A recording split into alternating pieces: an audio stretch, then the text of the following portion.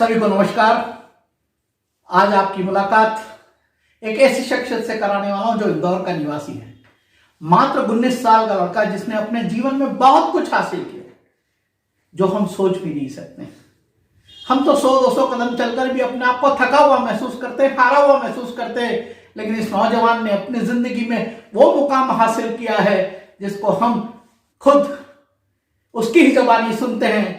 तो आइए हम मिलते हैं कार्तिक जोशी से, जो कि एक बैकयार्ड अल्ट्रा मैराथन धावक है, जिसने हाल ही में 41 घंटे में लगातार दौड़कर 277 किलोमीटर की दौड़ जीती है और स्वर्ण पदक प्राप्त किया है। तो आइए कार्तिक, आपका स्वागत है। नमस्कार सर, धन्यवाद। कार्तिक, क्या कहना चाहेंगे आप अपने बारे में? सर ये मतलब अभी रिसेंट में मैंने एक बैकयार्ड अल्ट्रा रन किया था। ये लास्ट मैन स्टैंड फॉर्मेट पे होती है। ये हमेशा सब जब दौड़ कोई सी भी रन या किसी भी रेस में पार्टिसिपेट करते तो उनके पास एक चीज़ होती है, उनके पास स्पेसिफिक टाइम होता है या फिर स्पेसिफिक डिस्टेंस होता है कि आपको इतने समय दौड़ना है या इतने किलोमीटर दौड़ना है और आपकी रेस खत्म हो जाएगी। बट जब आप एक ऐसी रेस में पार्टिसिपेट करते हो जब आपको पता होता है कि वहाँ पे कोई डेफिनेट फिनिश लाइन ही नहीं है, कब तक रेस चलेगी, क्या होगा रेस में, कैसा एटमॉस्फेयर रहेगा, उसके बारे में आपको कोई नॉलेज नहीं होता। सेकेंड चीज़ ये रहती है कि जब भी आप कोई रेस दौड़ते हैं तो वहाँ पे आपको बहुत सारी चीज़ों का सपोर्ट मिलता है। इस रेस में आपको कुछ भी नहीं मिलेगा, आपको सिर्फ पानी मिलेगा। बाकी आपको रहने से लेके बैठने तक और ओढ़ने से लेके खाने तक का पूरा व्यवस्था खुद ही को करना होती है। एक ऐसी जंगल में जहाँ पे कैब भी नहीं आती, कोई ऑटो भी नहीं जाती। तो कार्तिक, आपने बताया कि ये रेस में कुछ एक पर्टिकुलर टर्मिनोलॉजी इस्तेमाल करते हैं। आपने मुझे बताई थी DNF। क्या होता है ये DNF? सर एक्चुअल में क्या होता है कि अब रेस है, अब लास्ट मैन स्टैंड फॉर्मेट पे, तो कोई रनर भागेगा तो कब तक भागेगा। अब कोई भी रनर रेस छोड़ता है तो उसको DNF का बैच दे दिया जाता है, मतलब did not finish. Did not finish, DNF मतलब डिड नॉट फिनिश। यह रेस तब तक चलती रहती है जब तक कि अंतिम व्यक्ति इसको दौड़ता रहता है, वो ही इसमें कामयाब और जीत दर्ज करता है। सिर्फ एक ही फिनिशर होता है, एक ही फिनिशर होता है, यानी बहुत सारे धावक दौड़ते हैं लेकिन जो लगातार दौड़ते हुए आखिरी तक सफल रहता है और जो थकता नहीं है, गिरता नहीं है, डिड नॉट फॉल, वो विजेता है कार्तिक जोशी, जिन्होंने वर्तमान में 41 घंटे के अंदर 277 किलोमीटर की रेस जीतकर मां अहिल्या की नगरी में रहने वाले कार्तिक जोशी ने इंदौर ही नहीं पूरे देश का नाम रोशन किया है। और इसी नाम को रोशन करने के लिए आप कहां जाने वाले हैं? सर इस रेस में एक स्टेंजा होता है कि जिस कंट्री में ये रेस हो रही है वहां का सिर्फ एक जो उस रेस को फिनिश करता है ना, वो ही अपनी कंट्री को रिप्रेजेंट कर सकता है वर्ल्ड चैंपियनशिप में। इसकी वर्ल्ड चैंपियनशिप हर साल अक्टूबर के सेकेंड वीक में USA टेनेसी में होती है। तो जैसे कि लास्ट ईयर था तो ड्यू टू कोविड वो कैंसिल हो गया। ओके। तो अब इस साल वापस में वो क्वालिफिकेशन के लिए रन करना था और वही रेस अभी अब USA टेनेसी में होने वाली है 16 अक्टूबर को, जिसमें वर्ल्ड के कुछ 60 के आसपास रनर रन करेंगे जो अपनी कंट्री के बेस्ट रनर्स होते हैं, जो कि पूरी देश में जीतने के बाद एक ऐसे कंपटीशन में आते हैं जहाँ पे खुद में ही सब एक स्पेसिफिक रनर, मतलब एक स्पेसिफिक जगह है जहाँ पे सबको एक साथ दौड़ाया जाएगा। आपकी क्या तैयारियां चल रही है?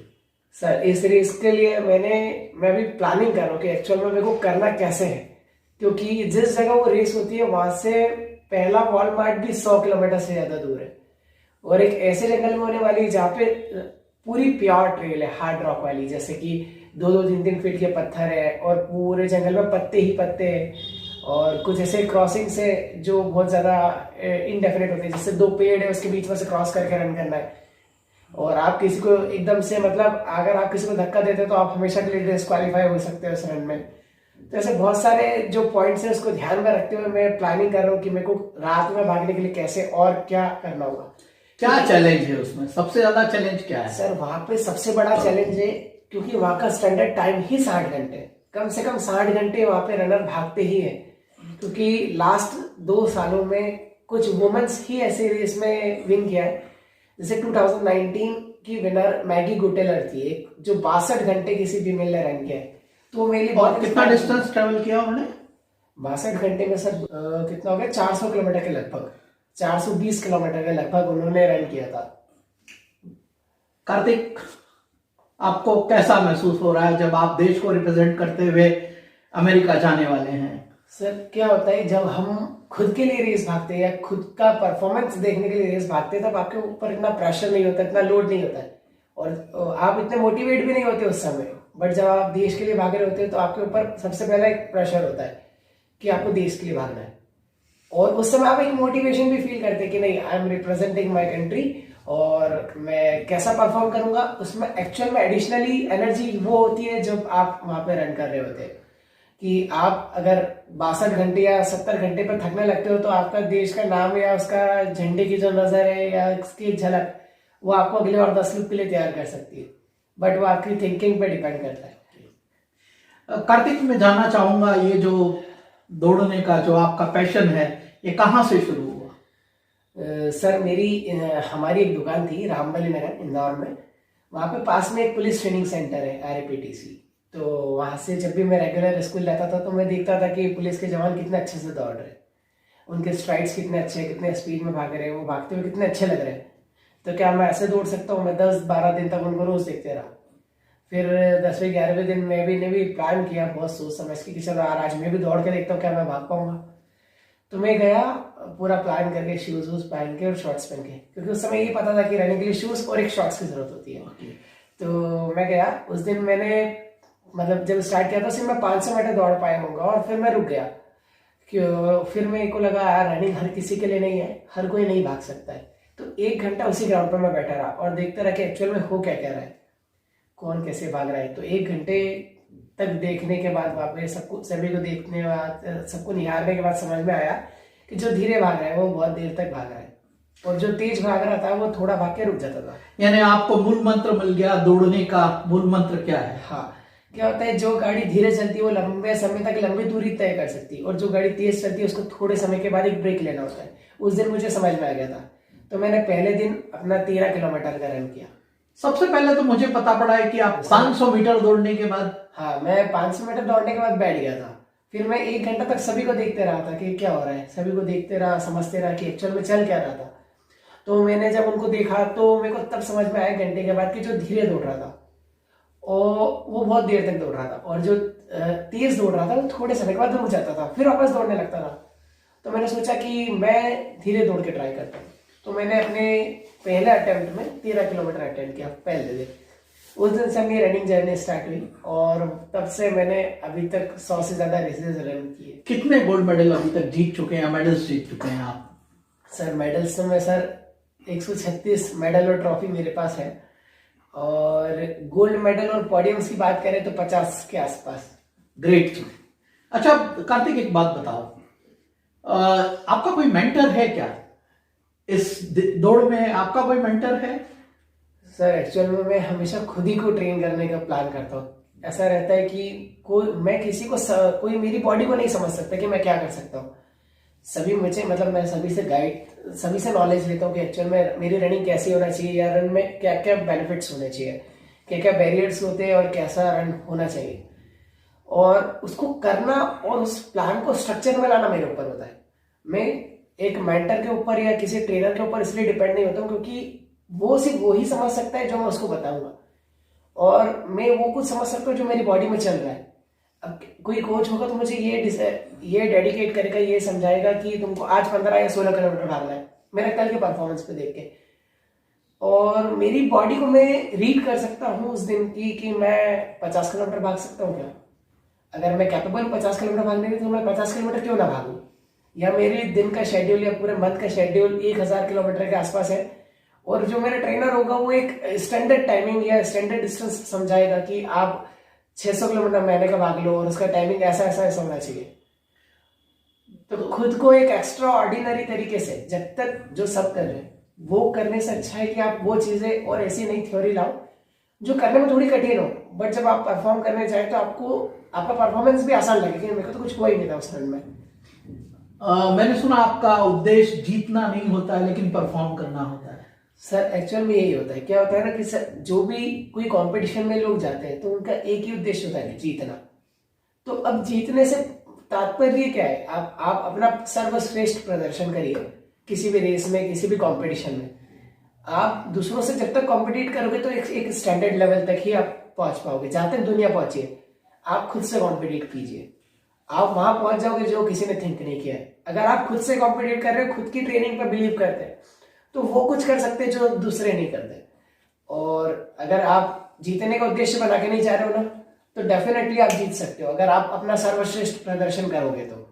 क्योंकि आपका सर्वश्रेष्ठ कितना है वो सिर्फ आप ही जानते हो, दूसरे नहीं जानते। और जीतने के लिए तो सभी जानते हैं कि इतना भागना होगा। कार्तिक, कुछ छोटे छोटे प्रश्न हैं जिनका छोटे छोटे उसमें जवाब देना जी। रात को और दिन रात आप जब दौड़ते हैं तो आपको एनर्जी के लिए आप क्या लेते हैं? सर क्या होता है ना कि सभी यही मेरे से पूछते हैं इसका सवाल, और इसका एक छोटा सा सीधा सा जवाब है। 1 घंटे अगर आप दौड़ रहे हैं तो एन एवरेज 400 कैलोरीज आपकी बर्न होगी। अगर आप उतनी ही कैलोरीज का इंटेक करेंगे तो आप जल्दी थकेंगे नहीं, और उतना ही मतलब आप थोड़ा स्टडी करके करेंगे। बहुत टेक्निकली चीजें हैं, छोटी छोटी सी। तो क्या करता हूँ ना, मैं जब भागता हूँ तो मेरा कुछ ऐसे प्लान्स रहते हैं कि पहले 12 घंटे थोड़ा एक स्पेसिफिक चीज है वो छोटी छोटी, जिससे सब कोई कर रहे हैं, जो सब कर रहे हैं। तो मैं क्या करता हूँ, कुछ डेट्स खा लेता हूँ, आधी चपाती खा लेता हूँ अपने रन के पहले, कि जो सोर्स होता है एनर्जी के वो पहले से ही हम ले लें, कि हमको बॉडी की एनर्जी का यूज नहीं करना पड़े, हमारी बॉडी जल्दी थके नहीं। तो आधी चपाती विद पीनट बटर, जिससे प्रोटीन का और कार्ब का दोनों सोर्स हो जाता है। आधा उबला हुआ आलू, वो आलू नहीं हो तो आधा केला ब्लैक सॉल्ट के साथ, और कुछ डेट्स मैं ये रन के पहले खा लेता हूँ। और 12 घंटे तक मैं ऐसा ही कुछ डायनेमिक तरीके से करता रहता हूँ, जिसमें आलू या कुछ इडली वगैरह चलते रहे, कुछ हल्का सा सॉलिड फूड। उसके बाद 12 घंटे के बाद मैं लिक्विड फूड पे आ जाता हूँ, जैसे दलिया हो गया, उपमा हो गया, सूप हो गया। क्योंकि 12 घंटे के बाद एक्चुअल में हमेशा अंधेरा हो जाता है, और अंधेरे में आपको कुछ गर्म हो ना तो आप नींद से सर्वाइव कर सकते हैं। जागने के लिए भी कुछ आप खाते हैं, मुझे आपने बताया था, क्या है वो? सर क्या होता है ना कि जागना बहुत आसान है, बट लोग क्या करते हैं ना कि लोगों को चाय की आदत है, तो लोगों को लगता है कि चाय से हमको नींद नहीं आएगी। कोई भी डेयरी प्रोडक्ट होता है ना, उसको डाइजेस्ट होने में 7 घंटे लगते हैं। तो हम जब भी हमारा कंपटीशन आते हैं या आपको मल्टी रेसेस में पार्टिसिपेट करना है जो कुछ दिनों तक चलेगी, तो आप 1 या 2 दिन पहले से डेयरी प्रोडक्ट को अवॉइड कर दीजिए। और जब आपकी रेसेस हो तो आप डार्क कॉफी पीते रहे, उसमें शुगर मत डालिए, तो आपको और अच्छी लगेगी, मतलब आपको एनर्जी मिलेगी कि शॉट्स मिलते रहेंगे हर घंटे। और आप कॉफी वाली टॉफी या कुछ ड्राई फ्रूट्स ड्यूरिंग रन खाते रहिए। अगर आपका मुंह चलता रहेगा या कुछ खाते रहेंगे तो आपको नींद नहीं आएगी। तो आप हमेशा ऐसे ही कर सकते हैं, ऐसे फॉलो अप में। और रात के समय हर 2 या 3 घंटे में कुछ गुनगुना पानी पीते रहे। ओके कार्तिक, आप रोज लगभग कितना दौड़ लेते हैं और 1 महीने में कितना दौड़ लेते हैं? सर मैं 1 महीने में 500 से 600 माइल्स में रन कर लेता हूँ, मतलब 1000 के आसपास किलोमीटर। और मेरा एक दिन का एवरेज किलोमीटर होता है 35 किलोमीटर के आसपास। कितने टाइम में आप कवर करते हैं? सर मैं इसको 2 या 3 टाइम में रन करने का प्रयास करता हूँ। कि मैं 2 या 3 टाइम इसलिए रन करता हूँ क्योंकि बॉडी को सभी वेदर और सभी समय में भागने के लिए तैयार रखना। जैसे कि अगर रात में हो रहा है तो फिर रात में अगर मैं प्रैक्टिस ही नहीं करूंगा तो मैं कैसे भागूंगा। अच्छा, मुझे पता है कि अलग अलग परिस्थितियों में दौड़ने के लिए आपने शायद बर्फ में भी आप दौड़े हैं, आप रेत में भी दौड़े हैं, आप पहाड़ों पर भी चढ़ते हुए दौड़ते हैं, आप सीढ़ियों पर भी दौड़ते हैं, मैंने ऐसा सुना है। ऐसा आपने क्या क्या किया, आप बताएंगे? सर क्या होता है ना कि किसी भी कोई भी कंपटीशन आसान या कठिन नहीं होता है। आपकी तैयारी कैसी है उसके ऊपर सब कुछ डिपेंड होता है। लोग बोलते कि रेस कठिन थी या ये रेस आसान थी, तो मैं सभी रेसेस, कोई भी मेरी रेसेस हो, किसी भी टेम्परेचर, किसी भी वेदर में हो, किसी भी क्लाइमेट में हो, तो मैं उसके हिसाब से पहले से ही तैयारी चालू कर देता हूँ। जैसे कि जो बैकयार्ड अल्ट्रा था वो थोड़ा ठंडे में था, जैसे कि 4 या 5 डिग्री ठंड रहती है वहाँ, तो मैंने उसके लिए पहले से ही वाचू पॉइंट पे रात को जाकर रन करना है। अगर मैं अपहिल में प्रैक्टिस करूंगा और जब मैं फ्लैट पे रन करना होगा तो मेरे लिए बहुत ईजी हो जाएगा। तो मैं वहां पे रात को जाके प्रैक्टिस करता था। और जब जैसे कोल्ड रहता है तो रात को 12 से सुबह 6 बजे तक इंदौर में रोड पे रन करता था, कि जब मेरे को नाइट में भागना हो तो मेरे लिए ईजी हो। अब मेरे को और ब्रीथिंग के लिए थोड़ा करना था, तो मैं मनाली सोलांग साइड चले गया था। वहाँ पे अच्छा स्नोफॉल हो रहा था, तो मैं कुछ दिन वहाँ पे प्रैक्टिस करते रहा। उसके बाद मैं एक वीक पहले जस्ट बैंगलोर में था अपने बैकयार्ड अल्ट्रा के 1 वीक पहले, और वहाँ पे फिर मैंने 100 किलोमीटर का एक रन किया था, स्टेडियम रन, जिससे मेरी बॉडी फ्लो में आ गया। लोग सोचते हैं कि 100 किलोमीटर भागने के बाद करीबन 1 महीने या 15-20 दिन का ब्रेक होना चाहिए कि बॉडी रिकवर हो, और मेरी थिंकिंग वही है कि अगर मैं एक बड़े रन के पहले उसका आधा रन कर लूँ तो मैं बहुत कुछ कर सकता हूँ, क्योंकि मेरी बॉडी फ्लो में होगी, मैं इतना कॉन्फिडेंट हो जाऊंगा कि हाँ मैंने इतना किया है, इसका 2 गुना मैं कर सकता हूँ, क्योंकि वहां पे आपको मेंटली स्टेबल भी होना होगा। ओके। कार्तिक, एक चीज है, आपने बताया आपका कोई मेंटर नहीं है, आप खुद सेल्फ स्टडी करके आप सीखते हैं, लेकिन आपको आपके परिवार से किस तरह का सपोर्ट मिलता है? आपके पापा से, आपके मम्मी से, आपके छोटे भाई से किस तरह का सपोर्ट मिलता है जिससे आप इस तरह के कॉन्फिडेंस के साथ में पूरी ताकत से अपने आप को परफॉर्म कर पाते हैं? तो आप बताना चाहेंगे? सर क्या होता है ना, सबसे पहले लोग ये सोचते हैं मोटिवेशन का सोर्स, अगर आपका मोटिवेशन का सोर्स आपकी फैमिली है तो आप कभी भी पीछे नहीं होंगे। Okay. और आपका सपोर्ट, अगर आपके पीछे फैमिली सपोर्ट है, बैकग्राउंड आप भले कैसा भी हो, फाइनेंशियली अच्छा हो या नहीं हो, अगर आपकी फैमिली आपके सपोर्टिव है और अगर आपके साथ है तो आप कभी भी पीछे नहीं हो सकते, क्योंकि सबसे बड़ा स्तंभ तो फैमिली का ही होता है। अब मेरे साथ ऐसा है कि मैं कहीं पे भी रन करने जाता हूँ तो सबसे पहले फैमिली वालों की एक्सपेक्टेशन होती है।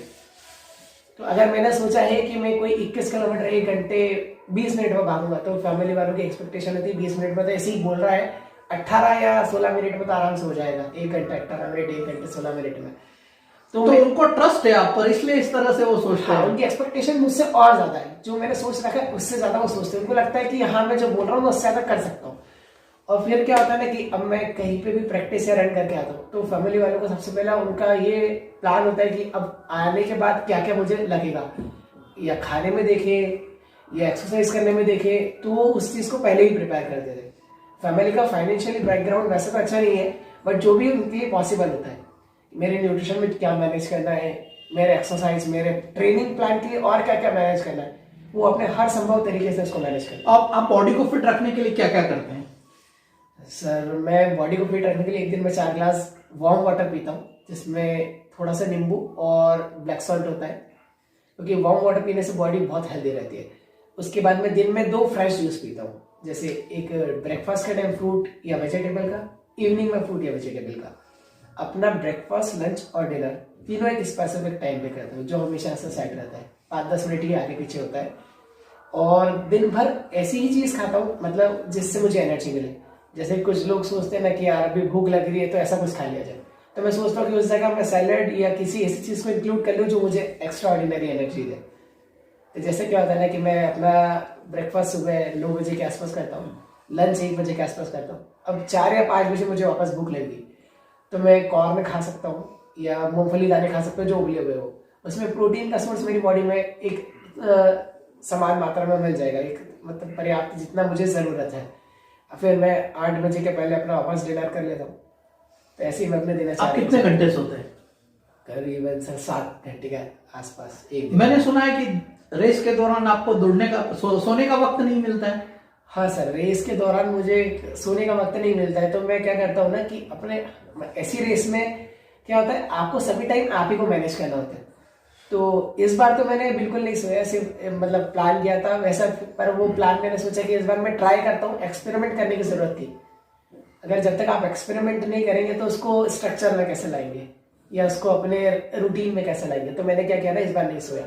लास्ट ईयर मेरे को पता था कि नींद आ रही, क्योंकि अपना फर्स्ट एक्सपीरियंस था, तो मैं नैप लेने का प्लान किया था कि हर राउंड में 5 या 7 मिनट मेरे को सोना है। और जो वेन्यू होता है जैसे रेस स्टार्ट और फिनिश होती है वहाँ पे बहुत रश था, तो मैंने एक जगह देख ली थी, हनुमान मंदिर था हमारे रूट पे, तो वहाँ पे लाइट वगैरह थी उस फॉरेस्ट में। तो उस जगह में जाके 5 मिनट बैठता था और नैप ले लेता था। 5 मिनट का अलार्म मेरे मोबाइल में हर घंटे होता था, तो वहाँ पे जाके बैठ के सो जाता था जब तक सब मेरे से आगे निकल जाते थे।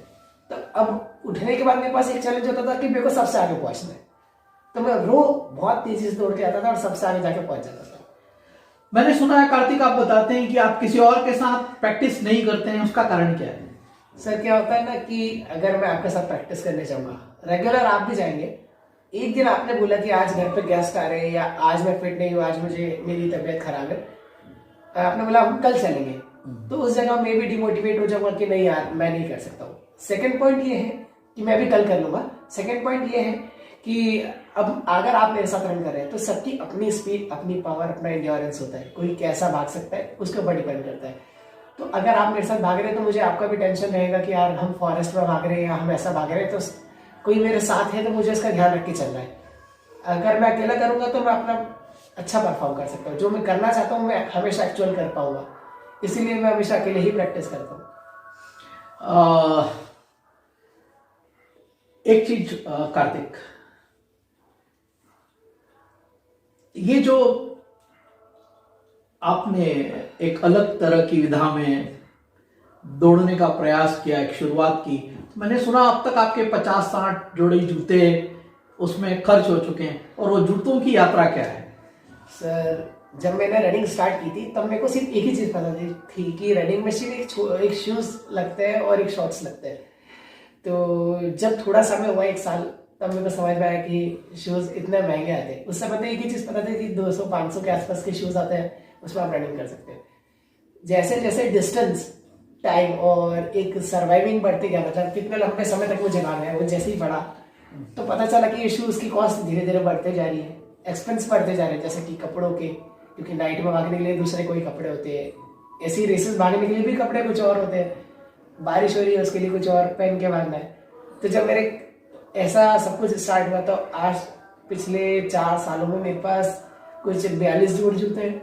42 में से 37 जोड़ जूते रिटायर्ड हो गए, मतलब वो एक्सपायर हो गए, उस पर पहन के रन नहीं किया जा सकता है, और कुछ 4 या 5 जोड़ जूते वो है जो अभी वर्किंग में है, मतलब उनके थोड़े दिन में वो भी रिटायर्ड हो जाएंगे, और फिर शूज़ का ऐसे ही है सिलसिला।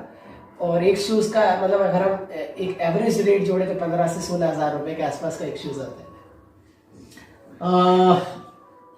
आप अपने हेल्थ के मेंटर हैं, आप अपने रनिंग के मेंटर हैं, आप अपने माइंडसेट के मेंटर हैं। जिस तरह से आपने बताया कि सोना को नहीं मिलता है और आप 5 मिनट में पूरी नींद लेकर पुनः तरोताजा हो जाते हैं, उसका राज क्या है? सर क्या होता है ना कि हमारी बॉडी को हमें ये समझाना, हमारी बॉडी को है ना हमको उस तरीके से समझाना है जिस तरीके से वो समझना चाहती है। लोग क्या सोचते हैं ना कि हम 20 घंटे या 8 घंटे या 5 घंटे 7 घंटे सो के ही हमारा रेस्ट पूरा होगा। एक्चुअल में क्या होता है ना कि हमारी बॉडी को एक वो वे चाहिए होता है जो जिस वे में वो रेगुलर वर्क कर रही है। आज तक का रिकॉर्ड रहा है, जब भी मैं मल्टी डे रेसेस में पार्टिसिपेट किया, मतलब कि जो घंटों तक चलने वाली है, बट 1 दिन 2 दिन तक, तब मुझे 1 या 2 दिन पहले से नींद आनी बंद हो जाती है, क्योंकि जब तक आपके सामने एक पहाड़ जैसा लक्ष्य हो तो आपको नींद कैसे आ सकती है। तो वही चल रहा था। तो क्या होता है ना कि मैं जब भी रेस भागने लगता हूँ तो मेरी आदत है, मैं 5 मिनट या 10 मिनट सो के भी मैं खुद को उतना ही फ्रेश बना सकता हूँ जितना एक दिन सोने के बाद या एक दिन का जो मेरा रूटीन शेड्यूल है सोने का उतना होता है। तो मैंने अपनी बॉडी को उस तरीके से डाल लिया कि मैं सिर्फ 5 मिनट सोऊंगा और मेरी बॉडी वापस एक्टिव हो जाएगी, क्योंकि 5 मिनट सोने के बाद मैं जब उठूंगा तो मेरे को लेजी फील नहीं करना है। अगर लेजी फील करूंगा तो थकान होगी, तो मैं उसके लिए तेज दौड़ने लग जाता हूँ। तेज दौड़ता हूँ, मेरी बॉडी वापस फ्लो में आ जाती है, फिर अगले घंटे फिर वापस 5 मिनट सोना है और वापस तेज दौड़ना है। जब आप इस तरह के उबड़ खाबड़ ट्रेल्स पर दौड़ते हैं तो आपका एंकल ट्विस्ट हो जाता है, ऐसा मैंने सुना है, पर आपको फर्क नहीं पड़ता है? हाँ सर, क्या होता है ना कि लोगों ने एक बहाना बना लिया है कि हमारा एंकल ट्विस्ट हो गया तो मैं रन नहीं कर पा रहा हूँ। तो मैं हमेशा ये देखता हूँ जो योगा करते हैं तो वो कितना ट्विस्ट कर सकते हैं, वो पूरी बॉडी को स्ट्रेच कर लेते हैं, रोटेट कर लेते हैं। तो मैंने उस तरीके से प्लान किया। एक बार मैंने सोचा कि मैं क्या करता हूँ, अपने एंकल के लिए एक्सरसाइज करना स्टार्ट करता हूँ कि जब मैं जंगल या ट्रेल्स पे दौड़ूं या पत्थर पे दौड़ूं तो कितना भी एंकल ट्विस्ट में मुझे कुछ नहीं होगा। तो मैंने उसके लिए अच्छे से स्ट्रेचिंग की और एक्सरसाइज की। मैं रेगुलर उसके लिए एंकल ट्विस्टिंग के लिए एक्सरसाइज करता हूँ और नी के लिए भी करता हूँ, जिससे कि जब मैं भागूं एंकल ट्विस्ट हो तो मेरे को फर्क ही नहीं पड़ता। एंकल ट्विस्ट होता है, मैं हल्का एक बार बैंड हुआ और वापस भागना चाहिए। कार्तिक, इस पूरी जर्नी में जो आपकी सफलता की आगे भी जाने वाली है और आप यूएस जाकर भारत का रिप्रेजेंटेशन करने वाले हैं जी, तो आप इस पूरी यात्रा के दौरान किन किन लोगों को आप धन्यवाद करना चाहेंगे जो आपके साथ में खड़े रहे? और सर सबसे पहले तो मेरी फैमिली को, जो कि एक इनमेजरेबल सपोर्ट कर रही है, मतलब जो हो ही नहीं सकता वो भी वो कर रही है। सेकेंड, थैंक्स टू है पार्थ इंडिया लिमिटेड को, जो कि मेरी सारी रेस का एक्सपेंस एफर्ट करती है, मुझे बहुत सारा सपोर्ट करती है शूज़ के लिए, न्यूट्रिशन के लिए, रेसेस में। क्योंकि कोई कंपनी आप पे इतना ट्रस्ट करके आपका जो सब मतलब जो भी एक्सपेंस है, वॉट एवर सीन कितना भी होता है, बड़ी से आज तक उन्होंने सबसे बड़ा सपोर्ट 50,000 का रेस किया है मेरे लिए, तो वो मेरे ऊपर ट्रस्ट कर रही है, उसके लिए बहुत बहुत थैंक यू। क्योंकि कोई ऐसा सपोर्ट नहीं कर सकता है। और सर भी इतने डाउन टू अर्थ है कि मेरे को हर चीज़ में उनका सबसे पहले ओके उनका ही होता है, मैं करूँ या नहीं करूँ, वो आगे से कॉल करके उनको बोलते कि ये रेस आ रही है, इसको भागना ही कि नहीं। Third thank you Vinod Runwal sir को, वो एक सीए और वो मुझे बहुत सपोर्ट करते हैं। मतलब मुझे तो शूज़ हर साल में 12-13 शूज़ की रिक्वायरमेंट होती है, वो साल में मुझे 4-5 शूज़ एफर्ट करवा देते हैं। बहुत सारी चीज़ों का वो सपोर्ट करते हैं, जैसे कि मैं कहीं ट्रेनिंग करने जा रहा हूँ तो उसके लिए भी मुझे सपोर्ट प्रोवाइड करते हैं। Great great great. आप क्या कहना चाहते हैं? आप ने आपने पापा को धन्यवाद दिया, मम्मी को धन्यवाद दिया, भैया को धन्यवाद दिया, आपने पाथ इंडिया के अग्रवाल साहब को धन्यवाद दिया, और आपको जो शक्ति मिलती है वो। सर मेरा फोर्थ थैंक, एक मधेसर भैरव मंदिर है, वहाँ पे मतलब मैं उन्हीं से पूछता हूँ कि क्या मैं ये रेस भाग लूँ, या एक भैया जी भी है, मैं उन्हीं से पूछता हूँ कि क्या मेरे को ये भागना चाहिए। वो अगर मेरे को बोल दे कि तुमको भागना है तो मैं एक्चुअल में वो रेस भागने वाला हूँ। अगर बोल देते कि नहीं भागना है, क्योंकि मैं उन पर ट्रस्ट करता हूँ, क्योंकि हमेशा बस ट्रस्ट करने के लिए एक चीज़ होना चाहिए, ये एक ऐसा व्यक्ति होना चाहिए जिसकी बातों पे आपको हमेशा भरोसा हो। और मैं हमेशा उन्हीं पे ट्रस्ट करता हूँ। भगवान, क्योंकि कोई भी चीज़ भगवान से बढ़ के नहीं होती है, तो क्या होता है ना कि कोई भी इंसान 30-40-50 घंटे के बाद थक सकता है, बट जो भगवान की शक्ति होती है वो हमेशा आपको सपोर्ट करती है, आपको कुछ भी करवा सकती है। फिफ्थ थैंक यू मेरे चाचू को, क्योंकि जब भी मैं थकने लगता हूँ ना, यार मेरे को लगता है कि यार ऐसा क्यों हो रहा है, यार मैं इतनी देर तक क्यों भाग रहा हूँ, फिर मैं उन्हीं से बात करता हूँ एक बार फोन पे कि क्या करना चाहिए, तो वो बताते कि यार अभी तो कुछ हुआ ही नहीं है, जो तू कर सकता हो तो अभी बहुत दूर है। तो उनकी हर बात मेरे लिए उतनी ही मोटिवेट होती है जितना मैं अभी तक कर चुका हूँ, उतना करने के लिए मैं वापस से रेडी हो जाता हूँ। और वो मुझे गाइड करते हैं कि तुझे अब क्या करना है, क्योंकि आधे से ज़्यादा आपने सफ़र तय कर लिया है, और अपने को इतने के लिए तैयार करो कि जितना किया उसका 2 गुना और आपको करना है। कार्तिक, आप ट्रूली ब्लेस्ड है, आप परमात्मा की असीम कृपा के पात्र हैं, तभी यह सब कुछ एक सामान्य आदमी को लगने वाली असंभव चीजें आप कर पाते हैं। आपके साथ हम पूरा शहर महाइल्या की नगरी के सारे बाशिंदे आपके साथ खड़े हैं, और परमात्मा की कृपा, उनका आशीर्वाद, आपके माँ बाप, आपके मम्मी पापा का आशीर्वाद आपके साथ में है। आपने बताया आपके चाचा का आशीर्वाद आपके साथ है, पाथ इंडिया के अग्रवाल साहब का साथ आपके साथ है, आपने रूनवाल जी जो चार्टर्ड अकाउंटेंट है उनका साथ आपके साथ है। ऐसे और भी साथी आपके साथ में जुड़ेंगे। आपको बहुत बहुत शुभकामनाएं। आप देश का नाम अमेरिका में जाकर, विदेश में जाकर, इस पूरे विश्व में अपना नाम रोशन करें। इसी मंगल शुभकामनाओं के साथ आज हमारी ये बात कार्तिक के साथ पूरी होती है, और इनकी सफलता के लिए हम संपूर्ण प्रयास पूरी ताकत के साथ में करेंगे। ये हमारे लिए गौरव की बात है कि कार्तिक इंदौर की धरती पर पैदा हुआ, इंदौर की धरती में रहता है, और इंदौर की धरती से विश्व में इतिहास बनाने के लिए जाने वाला है। तो हम सब लोग मिलकर कार्तिक का तहे दिल से साथ दें और इसके लिए शुभकामनाएं प्रेषित करें, इसका हौसला बढ़ाएं।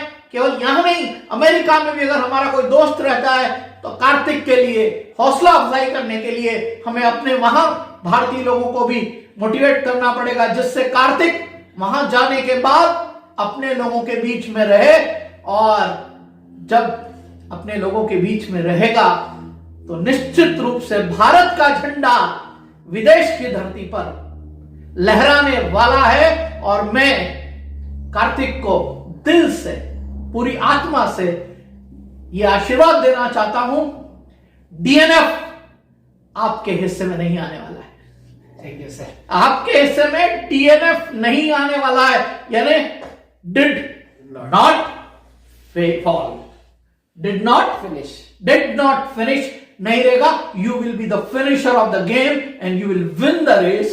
अल्ट्रा बैकयार्ड मैराथन एक सिंगल स्ट्रेच में 400-500 किलोमीटर दौड़ना, सोचते ही, कल्पना मात्र में ही हम पस्त हो जाते हैं। और ये कार्तिक उस रेस को दौड़कर भारत का झंडा, भारत की शान, भारत की आन, भारत की मान रखने के लिए कार्तिक अमेरिका जा रहा है। हम सब लोगों की मनोभावनाएं, हमारा आशीर्वाद, हमारी मंगल कामनाएं कार्तिक के साथ है और आप सब भी इसकी जीत के लिए दुआ करें, साथ में खड़े रहें, यही आप सब लोगों से मनोकामना है। आपका दोस्त, आपका मित्र सतीश शर्मा सत्य 999 अपने आप को धन्य समझता है कि ऐसा नौजवान जिससे इस तरह की वार्ता करने का मुझे अवसर प्राप्त हुआ। बहुत बहुत धन्यवाद कार्तिक, और इनके पिताश्री श्री ओम जी जोशी को भी मैं दिल से धन्यवाद देना चाहता हूं कि उन्होंने एक ऐसे होनहार बालक को जन्म दिया है अपने परिवार में, जो उनका नाम तो रोशन करेगा, इस शहर का नाम रोशन करेगा और हमारे भारत देश का भी नाम पूरे विश्व में रोशन करेगा। तो मैं उन्हें भी तहे दिल से धन्यवाद करना चाहता हूं और उनका मैं अभिनंदन करना चाहता हूं कि उन्होंने इस तरह की दुर्लभ प्रतिभा को अपने खून पसीने मेहनत से सींचा है। और कार्तिक आज इस मुकाम पर अपने स्वयं की मेहनत, परिवार का सपोर्ट, पाथ इंडिया का सपोर्ट, चार्टर्ड अकाउंटेंट रूनवाल जी का सपोर्ट और असंख्य दोस्त जिनके कारण से आज कार्तिक यहां तक पहुंचा है, तहे दिल से उन सभी का मैं व्यक्तिगत रूप से धन्यवाद करना चाहूंगा। और आने वाले समय में जीत की मंगल कामना के साथ हम सब मिलकर कार्तिक को विदा करेंगे उस रेस को जीतने के लिए, और फिर जब आएगा तो उसका तहे दिल से भरपूर तरीके से हम स्वागत करेंगे। इन्हीं बातों के साथ मैं अपनी बात को समाप्त करता हूं। बहुत बहुत धन्यवाद कार्तिक। बहुत बहुत धन्यवाद।